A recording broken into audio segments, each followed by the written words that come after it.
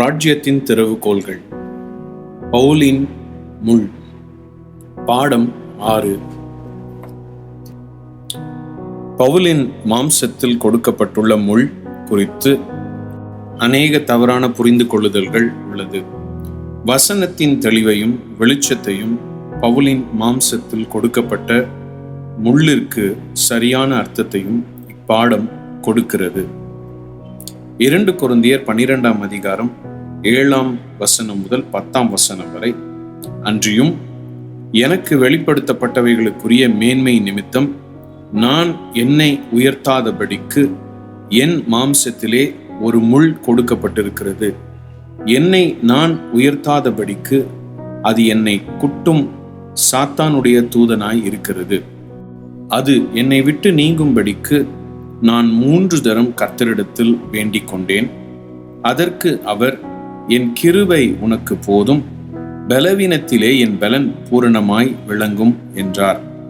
ஆகையால் கிறிஸ்துவின் வல்லமை என் மேல் தங்கும்படி என் பலவீனங்களை குறித்து நான் மிகவும் சந்தோஷமாய் மேன்மை பாராட்டுவேன்.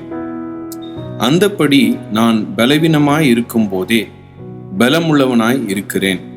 ஆகையால் கிறிஸ்துவின் நிமித்தம் எனக்கு வரும் பலவீனங்களிலும் நிந்தைகளிலும் நெருக்கங்களிலும் துன்பங்களிலும் இடுக்கண்களிலும் நான் பிரியப்படுகிறேன். உயர்த்தப்படுதல், அதாவது குறிப்பிட்ட இடத்திற்கு மேலாக உயர்த்தப்படுதல். போராட்டம், அதாவது மறுபடியும் அலைக்கழிக்கப்படுதல், அதாவது கப்பலை அலைகள் மோதுவது போல. 1. பவுலின் மாம்சத்தில் உள்ள முள் என்பதை தீர்மானிக்கும் போது அநேக காரியங்களை கவனிக்க வேண்டும். இருமாப்படையாமல் மாம்ச பெருமையினால் நிறையப்படாமல் இருக்க சாத்தான் ஒரு தூதனை பவுலினிடத்தில் அனுப்புவது போல் அனுப்ப போவதில்லை. பவுலின் வாழ்க்கையில் தேவனுடைய வேலை தடைப்பட காரணமாய் இருக்கும் மாமிச பெருமையினால் நிறையப்படவே சாத்தான் விரும்பினான். புறஜாதிகளுக்கு கொடுக்கும் நோக்கத்துடன் மட்டுமே தேவன் பவுலுக்கு வெளிப்பாடுகளை கொடுத்தார். இயேசு பவுலிற்கு கொடுத்த வெளிப்பாடுகளின் நிமித்தம் புறஜாதிகள் உயர்த்தப்பட வேண்டும் என்பதற்காக தேவன் பவுலை உயர்த்த விரும்பினார். தான் உயர்த்தப்பட்டதாக பவுல் கூறவில்லை. ஆதலால் தேவன் அவரை தண்டிக்கவில்லை, அல்லது பவுல் செய்யாத தவற்றிற்காக தேவன் சாத்தானை தண்டிக்க அனுமதிக்கவில்லை. வெளி உலகத்திற்கு வெளிப்பாடுகள் சொல்ல சாத்தான் விரும்பவில்லை. இயேசு கிறிஸ்துவின் வெளிப்பாடுகள் உலகத்தில் பரவக்கூடாது என்பதற்கும் தேவனால் பவுல் உயர்த்தப்படக்கூடாதென்பதற்கும் சாத்தான் போராட்டத்தின் தூதனை அனுப்பினான். உலகத்திற்கு தேவன் கொடுத்த வெளிப்பாட்டை பவுல் பெற்றுக்கொள்ளாதவாறு உலகத்திற்கு தேவன் கொடுத்த வெளிப்பாட்டை பவுல் பெற்றுக்கொள்ளாதவாறு உபத்திரவத்திலேயோ அல்லது போராட்டத்திலேயோ பவுல் தன்னை தாழ்த்துவதற்கு தேவன் சாத்தானின் உதவியை பெறவில்லை. 2. இஸ்ரவேல் ராஜாக்கள் மற்றும் புறஜாதிகளுக்கு இயேசு கிறிஸ்துவின் சுவிசேஷத்தை கொண்டு செல்ல வேண்டும் என்ற மிகப்பெரிய பொறுப்பை தேவன் பவுலிற்கு கொடுத்தார். அப்போஸ்தலர் 9ஆம் அதிகாரம் 15ஆம் வசனத்தில், அதற்கு கர்த்தர், நீ போ, அவன் புறஜாதிகளுக்கும் ராஜாக்களுக்கும் இஸ்ரவேல் புத்திரருக்கும் என்னுடைய நாமத்தை அறிவிக்கிறதற்காக நான் தெரிந்து கொண்ட பாத்திரமாய் இருக்கிறான். 3. தேவன் பவுலிற்கு அற்புதமாக கண் பார்வை கொடுத்தார். அப்போஸ்தலர் 9ஆம் அதிகாரம் 17-18 வசனங்களில், அப்பொழுது அனனியா போய் வீட்டுக்குள் பிரவேசித்து அவன் மேல் கையை வைத்து, சகோதரனாகிய சவுலே, நீ வந்த வழியிலே உனக்கு தரிசனமான இயேசுவாகிய கர்த்தர் நீ பார்வையடையும்படிக்கும் பரிசுத்த ஆவியினாலே நிரப்பப்படும்படிக்கும் என்னை அனுப்பினார் என்றான். உடனே அவன் கண்களிலிருந்து மீன் செதில்கள் போன்றவைகள் விழுந்தது. அவன் பார்வையடைந்து எழுந்திருந்து ஞானஸ்நானம் பெற்றான். பவுலின் கண் பார்வையை பகுதியாக தேவன் கொடுக்கவில்லை. அவர் சரியாக அதை செய்தார். குறைவான கண் பார்வை பவுலிற்கு கொடுக்கப்பட்ட முள் அல்ல. அப்போஸ்தலர் 9ஆம் அதிகாரம் 17-18 தேவன் பவுலுக்கு கண் பார்வையை கொடுத்தார் என்று வாசிக்கிறோம். 4. புறஜாதிகளுக்கும் மற்றவர்களுக்கும் இயேசு கிறிஸ்துவின் வெளிப்பாட்டை கொடுப்பதிலும் தேவனால் பவுல் உயர்த்தப்படுவதை தடுப்பதற்கும் சாத்தானின் தூதன் போராட்டத்தை பவுலின் மாம்சத்தில் உள்ள முள்ளாக கொடுத்தான். 2 கொரிந்தியர் 12ஆம் அதிகாரம் 7ஆம் வசனத்தில், அன்றியும் எனக்கு வெளிப்படுத்தப்பட்டவைகளுக்குரிய மேன்மை நிமித்தம் நான் என்னை உயர்த்தாதபடிக்கு என் மாம்சத்திலே ஒரு முள் கொடுக்கப்பட்டிருக்கிறது. என்னை நான் உயர்த்தாதபடிக்கு அது என்னை குட்டும் சாத்தானுடைய தூதனாய் இருக்கிறது. 5. இயேசு கிறிஸ்துவின் வெளிப்பாட்டை வெளிப்படுத்தாதபடி தடை அல்லது இடையூறு செய்ய முயற்சிக்கும் பல வழிகளை பவுலை சாத்தான் தாக்கினான். 2 கொரிந்தியர் 11ஆம் அதிகாரம் 21-33 வசனங்கள் முடிய, நாங்கள் பலவீனரானது போல எங்களுக்கு வந்த கனவீனத்தை குறித்து பேசுகிறேன். ஒருவன் எதிலே துணிவுள்ளவனாய் இருக்கிறானோ அதிலே நானும் துணிவுள்ளவனாய் இருக்கிறேன். இப்படி புத்தியீனமாய் பேசுகிறேன். அவர்கள் எபிரேயரா, நானும் எபிரேயன். அவர்கள் இஸ்ரவேலரா, நானும் இஸ்ரவேலன். அவர்கள் ஆபிரகாமின் சந்ததியாரா, நானும் ஆபிரகாமின் சந்ததியான். அவர்கள் கிறிஸ்துவின் ஊழியக்காரரா, நான் அதிகம் புத்தியீனமாய் பேசுகிறேன்.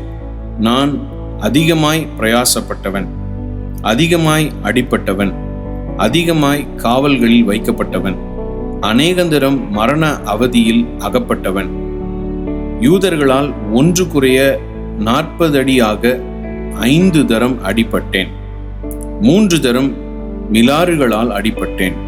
1 தரம் கல்லெறியுண்டேன். 3 தரம் கப்பர் சேதத்தில் இருந்தேன். கடலிலே ஒரு ராப்பகல் முழுவதும் போக்கினேன். அநேகந்தரம் பிரயாணம் பண்ணினேன்.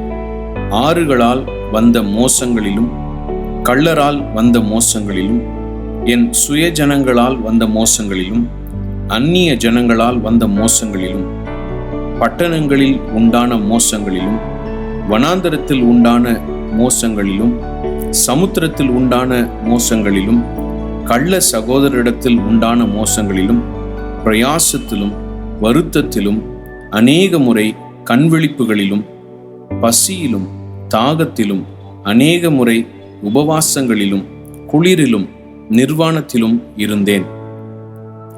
இவை முதலானவைகளை அல்லாமல் எல்லா சபைகளை குறித்தும் உண்டாயிருக்கிற கவலை என்னை நாள்தோறும் நெருக்குகிறது.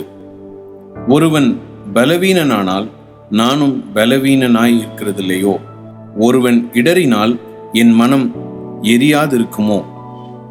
நான் மேன்மை பாராட்ட வேண்டுமானால் என் பலவீனத்திற்கடுத்தவைகளை குறித்து மேன்மை பாராட்டுவேன். என்றென்றைக்கும் ஸ்தோத்தரிக்கப்பட்ட தேவனும் நம்முடைய கர்த்தராகிய இயேசு கிறிஸ்துவின் பிதாவுமானவர் நான் பொய் சொல்லுகிறதில்லை என்று அறிவார்.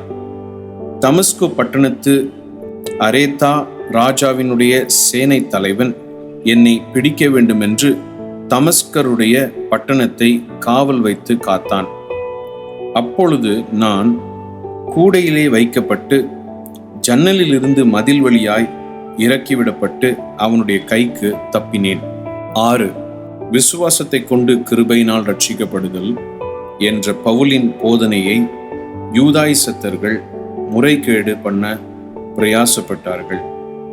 அப்போஸ்தலர் 13ஆம் அதிகாரம் 50ஆம் வசனத்தில், யூதர்கள் பக்தியும் கனமுமுள்ள ஸ்திரீகளையும் பட்டணத்து முதலாளிகளையும் எடுத்துவிட்டு பவுலையும் பர்னபாவையும் துன்பப்படுத்தும்படி செய்து தங்கள் எல்லைகளுக்கு புறம்பாக அவர்களை துரத்திவிட்டார்கள்.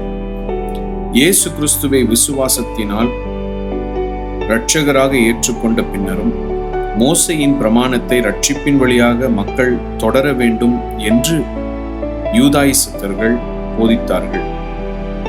ஆவிக்குரிய வாழ்க்கையில் வளர வேண்டுமானால் கிருபையினாலே விசுவாசத்தை கொண்டு புறஜாதிகள் ரட்சிக்கப்பட்டிருந்தாலும் அவர்கள் பிரமாணத்தை கடைபிடிக்க வேண்டும் என்று சட்டப்பூர்வமான யூதர்கள் கூறினார்கள். சாத்தானின் தூதன் பவுலோடு போராடின பகுதியான வழி இதுவே மற்றும் இதுவே அவனுடைய மாமிசத்தில் கொடுக்கப்பட்ட முள்ளாகும். 7. முள் ஒருபோதும் தேவனுடைய வார்த்தையை குறிப்பிட உபயோகப்படுத்தப்பட்டதில்லை. சாபத்தின் பகுதியாக அவை வந்தது. ஆதியாகமம் 3ஆம் அதிகாரம் 18ஆம் வசனத்தில், அது உனக்கு முள்ளும் குறுக்கும் முளைப்பிக்கும், வெளியின் பயிர் வகைகளை புசிப்பாய். இயேசுவின் சிரசில் முள்முடி, அதாவது சாபம் வைக்கப்பட்டது. நமக்காக அவர் சாபத்தை எடுத்துக்கொண்டார். கலாத்தியர் 3ஆம் அதிகாரம் 13ஆம் வசனத்தில், மரத்தில் தூக்கப்பட்ட எவனும் சபிக்கப்பட்டவன் என்று எழுதியிருக்கிறபடி கிறிஸ்து நமக்காக சாபமாகி நியாயப்பிரமாணத்தின் சாபத்திற்கு நம்மை நீங்களாக்கி மீட்டுக்கொண்டார். மத்தேயு 27ஆம் அதிகாரம் 29ஆம் வசனத்தில், முள்ளுகளால் ஒரு முடியை பின்னி அவர் சிரசின் மேல் வைத்து அவர் வலது கையில் ஒரு கோலை கொடுத்து அவர் முன்பாக முழங்காற்படியிட்டு, யூதருடைய ராஜாவே வாழ்க என்று அவரை பரியாசம் பண்ணி. 1000 வருட அரசாட்சியில் சாபங்கள் விலக்கப்படுவதற்கு ஒப்பிடப்பட்டுள்ளது. ஏசாயா 53ஆம் அதிகாரம் 13ஆம் வசனத்தில், முட்செடிக்கு பதிலாக தேவதாரு விருட்சமும் முளைக்கும், காஞ்சேரிக்கு பதிலாக மிருது செடி எழும்பும், அது கர்த்தருக்கு கீர்த்தியாகவும் நிர்மூலமாகாத நித்திய அடையாளமாகவும் இருக்கும். நிலத்தில் உள்ள முட்கள் சாபத்தின் வகையாக குறிப்பிடப்பட்டுள்ளது. மத்தேயு 13ஆம் அதிகாரம் 7ஆம் வசனத்தில், சில விதை முள்ளுள்ள இடங்களில் விழுந்தது, முள் வளர்ந்து அதை நெருக்கி போட்டது. மத்தேயு 13ஆம் அதிகாரம் 22ஆம் வசனத்தில், முள்ளுள்ள இடங்களில் விதைக்கப்பட்டவன் வசனத்தை கேட்கிறவனாயிருந்தும் உலக கவலையையும் ஐஸ்வர்யத்தின் மயக்கமும் வசனத்தை நெருக்கி போடுகிறதினால் அவனும் பலனற்று போவான். முட்களை குறித்து கூடுதலான வசன பகுதிகள். எசேக்கியேல் 28ஆம் அதிகாரம் 24ஆம் வசனத்தில், இஸ்ரவேல் வம்சத்தாரை இகழ்ந்த அவர்களுடைய சுற்றுப்புறத்தாராகிய அனைவரிலும் இனி தைக்கிற முள்ளும் நோவு உண்டாக்குகிற நெருஞ்சிலும் அவர்களுக்கு இராது. அப்பொழுது நான் கர்த்தராகிய ஆண்டவர் என்று அறிந்து கொள்வார்கள்.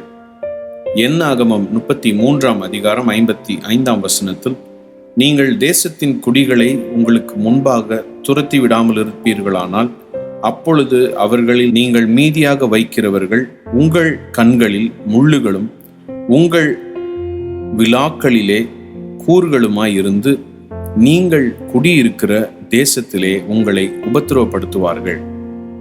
யோசுவா 23ஆம் அதிகாரம் 13ஆம் வசனத்தில், உங்கள் தேவனாகிய கர்த்தர் இனி இந்த ஜாதிகளை உங்களுக்கு முன்பாக துரத்தி விட மாட்டார் என்றும், உங்கள் தேவனாகிய கர்த்தர் உங்களுக்கு கொடுத்த இந்த நல்ல தேசத்திலிருந்து அழிந்து போகும்பட்டும் அவர்கள் உங்களுக்கு கண்ணியாகவும் வலையாகவும் உங்கள் விலாக்களுக்கு சவுக்காகவும் உங்கள் கண்களுக்கு முள்ளுகளாகவும் இருப்பார்கள் என்று நிச்சயமாய் அறியுங்கள். நியாயாதிபதிகள் 2ஆம் அதிகாரம் 3ஆம் வசனத்தில், ஆகையால் அவர்களை உங்கள் முகத்திற்கு முன்பாக துரத்துவதில்லை என்றேன், அவர்கள் உங்களை நெருக்குவார்கள், அவர்களுடைய தேவர்கள் உங்களுக்கு கண்ணியாவார்கள் என்றார். நீதிமொழிகள் 22ஆம் அதிகாரம் 5ஆம் வசனத்தில், மாறுபாடுள்ளவனுடைய வழியிலே முள்ளுகளும் கண்ணிகளும் உண்டு, தன் ஆத்துமாவை காக்கிறவன் அவைகளுக்கு தூரமாய் விலகி போவான். 8. பவுலிற்கு இருந்த எல்லா பாடுகளிலும் விடுதலைக்காக விண்ணப்பித்த ஒரே இடம் இதுவே.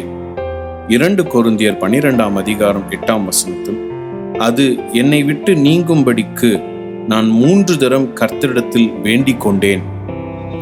வேண்டிக் கொள்ளுதல், அதாவது கண்ணீர் விடுதல், ஆவலோடு கெஞ்சுதல், அவசர முறையீடு செய்தல். 2 கொரிந்தியர் 12ஆம் அதிகாரம் 9ஆம் வசனத்தில், அதற்கு அவர், என் கிருபை உனக்கு போதும், பலவீனத்திலே என் பலன் பூரணமாய் விளங்கும் என்றார்.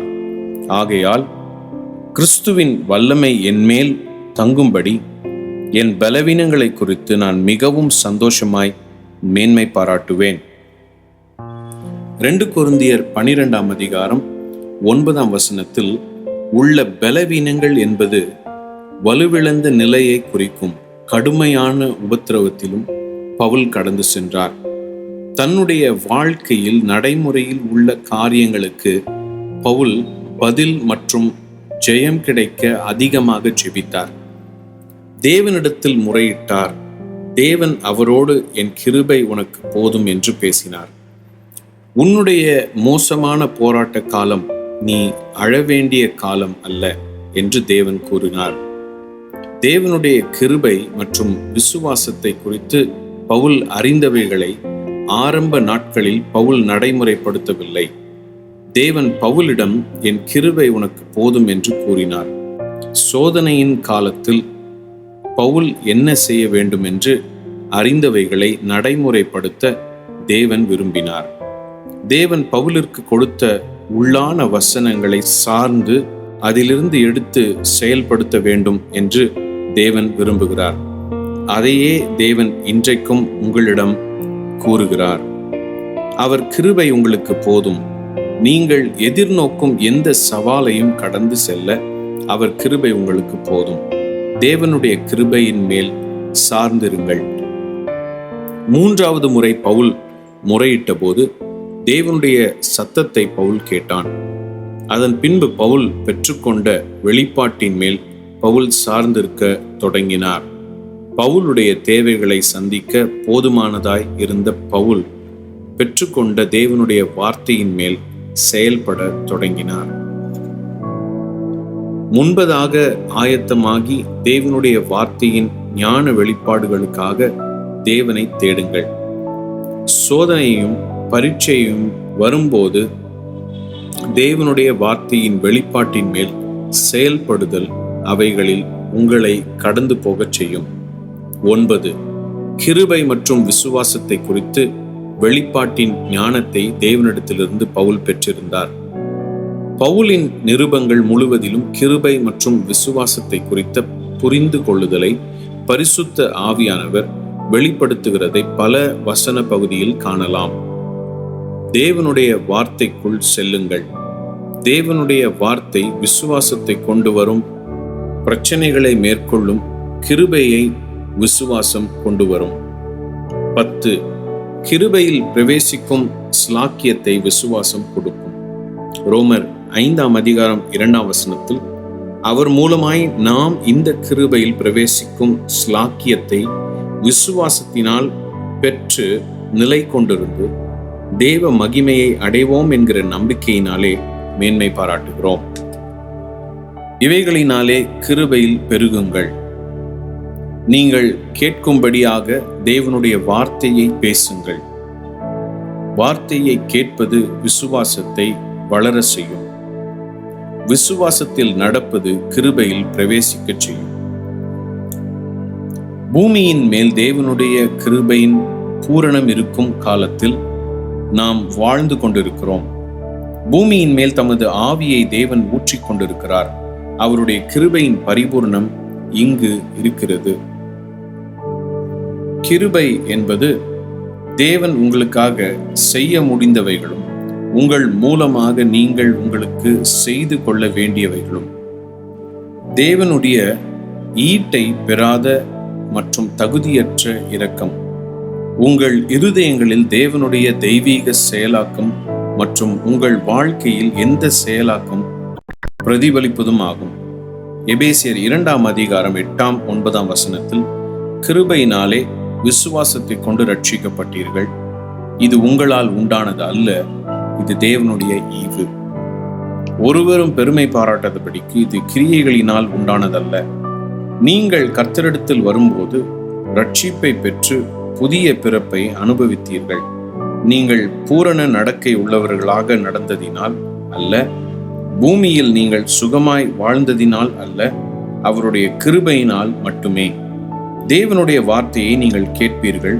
ரட்சிப்பை பெற்றுக்கொள்ள விசுவாசம் வந்தது மற்றும் நீங்கள் அந்த விசுவாசத்தை வெளிப்படுத்தினீர்கள். அதின் மேல் நீங்கள் செயல்பட்டு தேவன் மேலும் அவருடைய வார்த்தையின் மேலும் உங்கள் விசுவாசத்தை வெளிப்படுத்தி கிருபையினாலே ரட்சிப்பை பெற்றுக் கொண்டீர்கள். 2 கொரிந்தியர் 4:13 விசுவாசித்தேன் ஆகையால் பேசினேன் என்று எழுதியிருக்கிறபடி நாங்களும் அந்த விசுவாசத்தின் ஆவியை உடையவர்களாயிருந்து விசுவாசிக்கிறபடியால் பேசுகிறோம். ரோமர் 10:17 ஆதலால் விசுவாசம் கேள்வியினாலே வரும், கேள்வி தேவனுடைய வசனத்தினாலே வரும். உங்களுடைய சொந்த பலத்தினாலோ அல்லது முயற்சியினாலோ தேவனுடைய சித்தத்தையோ அல்லது திட்டங்களையும் செயல்படுத்த முடியாது. அவருடைய வாக்குகளை பெற்றுக்கொள்ளவோ அவருடைய சித்தம் மற்றும் திட்டத்தை செயல்படுத்தவோ அவரை பிரியப்படுத்தவோ தேவனுடைய கிருபையினாலே மட்டுமே முடியும். தேவனுடைய வல்லமை உங்கள் வாழ்க்கையில் கிரியை செய்வதை பரிசுத்த ஆவியானவருக்கு செவி கொடுங்கள். செய்யவும் செய்யக்கூடாதவைகளுக்கும் உங்கள் இருதயங்களில் பேசும் அல்லது வழிநடத்தும் பரிசுத்த ஆவியானவருக்கு நீங்கள் கவனமாயும் பதில் கொடுப்பவராயும் இருங்கள். அவருடைய கிருபையினால் உங்களை பலப்படுத்தவும் அவர் உங்களை வழிநடத்துவார். ரோமர் 5:2 அவர் மூலமாய் நாம் இந்த கிருபையில் பிரவேசிக்கும் ஸ்லாக்கியத்தை விசுவாசத்தினால் பெற்று நிலை கொண்டிருந்து தேவ மகிமையை அடைவோம் என்கிற நம்பிக்கையினாலே மேன்மை பாராட்டுகிறோம். இந்த கிருபையை நீங்கள் எப்படி பெற்றுக்கொள்வீர்கள்? விசுவாசத்தினால் இந்த கிருபைக்குள் பிரவேசிக்கலாம். தேவனுடைய சித்தத்தை செய்ய உதவி செய்கின்ற கிருபையை, அதாவது தேவனுடைய வல்லமையும் முயற்சியும் விசுவாசத்தில் நடத்தல் வெளிப்படும். சித்தம் மற்றும் திட்டங்களை தேவன் செயல்படுத்த மாட்டார். ஆனால் நீங்கள் செய்யும் எல்லாவற்றையும் தேவனுடைய சித்தத்தை நிறைவேற்ற போதுமானதல்ல. உங்கள் விசுவாசம் மற்றும் நம்பிக்கையை தேவன் மேலும் அவருடைய வார்த்தையின் மேலும் அவருடைய கிருபை, திறமை, பலன் மற்றும் உங்கள் வாழ்க்கையில் வல்லமையை வெளிப்படுத்தும். ரோமர் 4:16 ஆதலால் சுதந்திரமானது கிருபையினால் உண்டாகிறதா இருக்கும்படிக்கு அது விசுவாசத்தினாலே வருகிறது. நியாயப்பிரமாணத்தை சார்ந்தவர்களாகிய சந்ததியாருக்கு மாத்திரமல்ல, நம் எல்லோருக்கும் தகப்பனாகிய ஆபிரகாமுடைய விசுவாசத்தை சார்ந்தவர்களுக்கான எல்லா சந்ததியாருக்கும் அந்த வாக்குத்தத்தம் நிச்சயமாய் இருக்கும்படிக்கு அப்படி வருகிறது. தேவன் அவருடைய வாக்குத்தத்தங்களையும் வார்த்தையையும் கொடுத்திருக்கிறார். உங்கள் வாழ்க்கையில் அநேக ஆசீர்வாதங்களையும் அநேக ஜெயங்களையும் செயல்படுத்த வைத்திருக்கிறார். அவர் உங்களை ஆசீர்வதிக்க விரும்புகிறார். உங்கள் மூலமாக மற்றும் தேவன் ஆசீர்வதிக்க விரும்புகிறார். அது தேவனுடைய கிருபையோடு கிரியை செய்யும். 11 மோசே தேவனிடத்தில் முறையிட்டு அழுவதை நிறுத்தி கீழ்ப்படிந்து முன்னேற தேவன் கூறினார். யாத்திராகமம் 14:15 அப்பொழுது கர்த்தர் மோசேயை நோக்கி, நீ என்னிடத்தில் முறையிடுகிறது என்ன? புறப்பட்டு போங்கள் என்று இஸ்ரவேலுக்கு சொல்லு. மோசே தன் காலத்தில் கோலை வைத்திருந்தான். உங்கள் இருதயத்தில் விசுவாசித்து வாயினாலே பேச தேவனுடைய வார்த்தை உங்களிடத்தில் இருக்கிறது. அதன் பின் தேவ கிருபையானது இஸ்ரவேல் ஜனங்கள் செங்கடலை கடக்க மேற்கின் காற்றினால் தேவன் தண்ணீரை குவியை செய்தது போல உங்களுக்கு நீங்கள் என்ன செய்ய வேண்டுமோ அதை உங்களுக்கு தேவன் செய்வார். 12 உங்கள் இருதயத்தை, அதாவது ஆவி, நிரப்பும் வரை தேவனுடைய வார்த்தையை தியானியுங்கள். பின்பு நீங்கள் அதை பேசும்போது ஆவியின் ஜீவன் அதில் இருக்கும். யோவான் 6:63 ஆவியோ உயிர்ப்பிக்கிறது, மாம்சமானது ஒன்றுக்கும் உதவாது.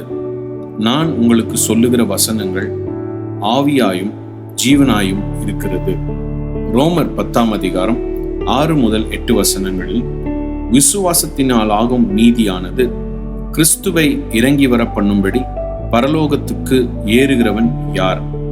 அல்லது கிறிஸ்துவை மரித்தோரிலிருந்து ஏறி வர பண்ணும்படி பாதாளத்துக்கு இறங்குகிறவன் யார் என்று என் உள்ளத்திலே சொல்லாதிருப்பாயாக என்று சொல்லுகிறதுமன்றி, இந்த வார்த்தை உனக்கு சமீபமாய் உன் வாயிலும் உன் இருதயத்திலும் இருக்கிறது என்றும் சொல்லுகிறது.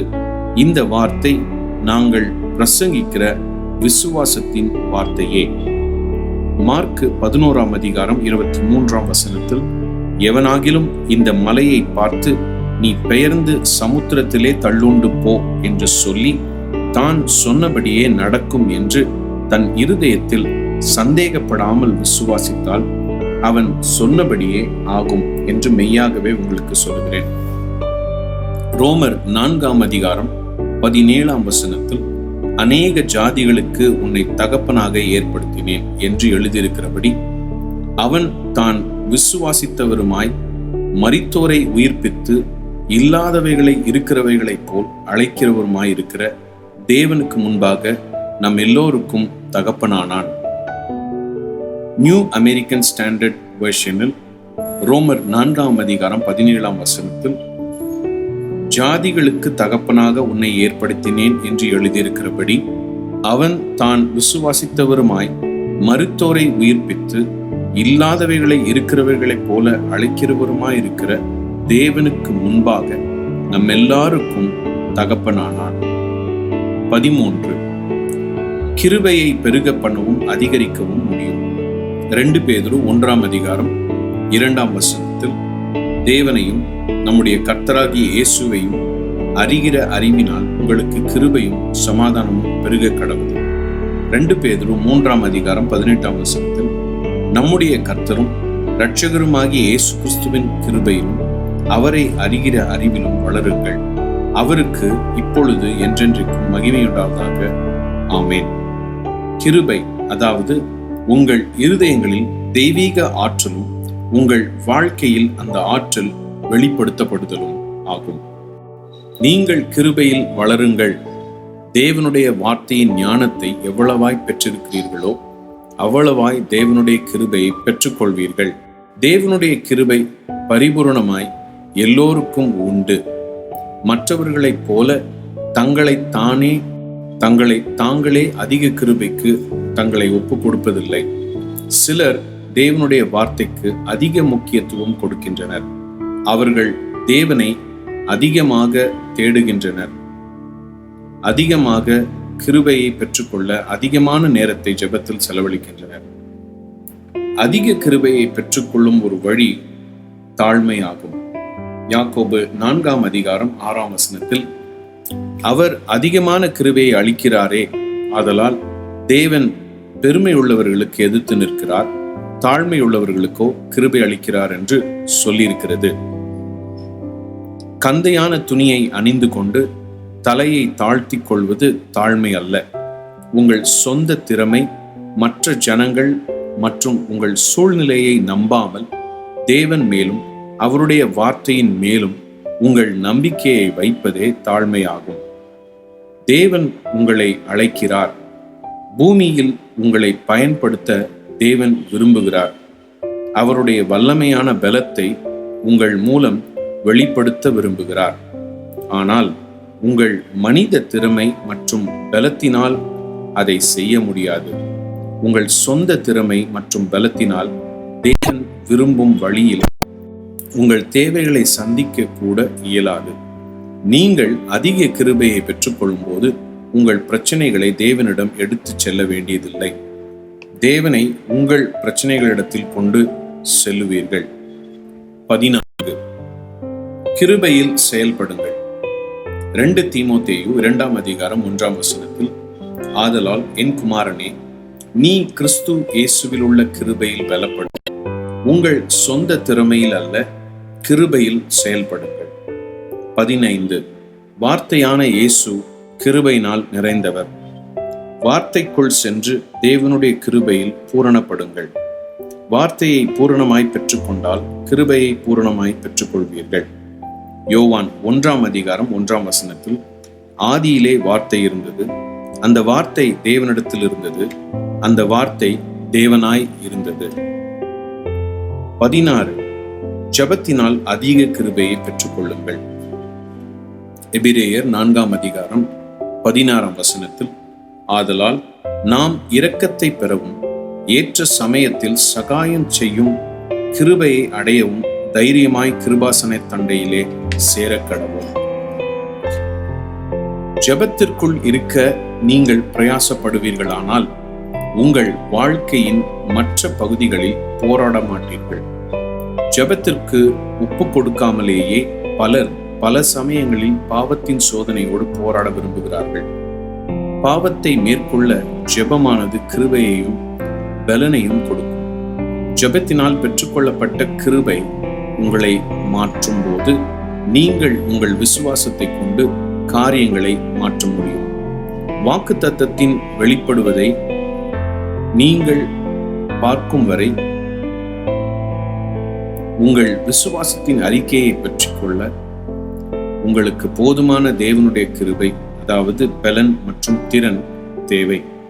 ஆம்பிளிஃபைட் பைபிள் கிளாசிக் எடிஷனில் எபிரேயர் 13ஆம் அதிகாரம் 9ஆம் வசனத்தில் கிருபையினாலே இருதயம் ஸ்திரப்பட்டு பலப்பட்டு மற்றும் உயர்த்தப்படுவது நல்லது. 17 2 கொரிந்தியர் 12ஆம் அதிகாரம் 7ஆம் வசனத்தில் உள்ள சாத்தானின் தூதன் தனிநபர், பொருளோ அல்லது வியாதியோ இல்லை. 2 கொரிந்தியர் 12ஆம் அதிகாரம் 7ஆம் வசனம், அன்றியும் எனக்கு வெளிப்படுத்தப்பட்டவைகளுக்குரிய மேன்மை நிமித்தம் நான் என்னை உயர்த்தாதபடிக்கு என் மாமிசத்திலே ஒரு முள் கொடுக்கப்பட்டிருக்கிறது. என்னை நான் உயர்த்தாதபடிக்கு அது என்னை குட்டும் சாத்தானுடைய தூதனாய் இருக்கிறது.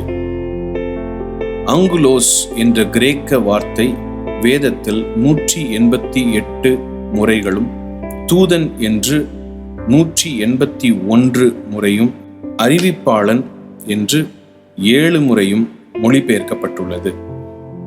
ஒவ்வொரு தேர்விலும் பொருளையோ அல்லது வியாதியையோ குறிக்காமல் நபரையே குறிக்கிறது.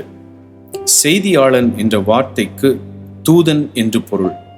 சாத்தானின் தூதன் பவுலோடு போராட அனுப்பப்பட்டான்.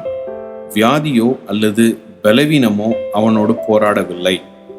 பவுலின் முள்ளை குறித்து ரோதர்ஹோம், வெம்புல் வேதாகம மொழிபெயர்ப்புகளில் அவன் மற்றும் அவனை என்று குறிப்பிடுகிறது.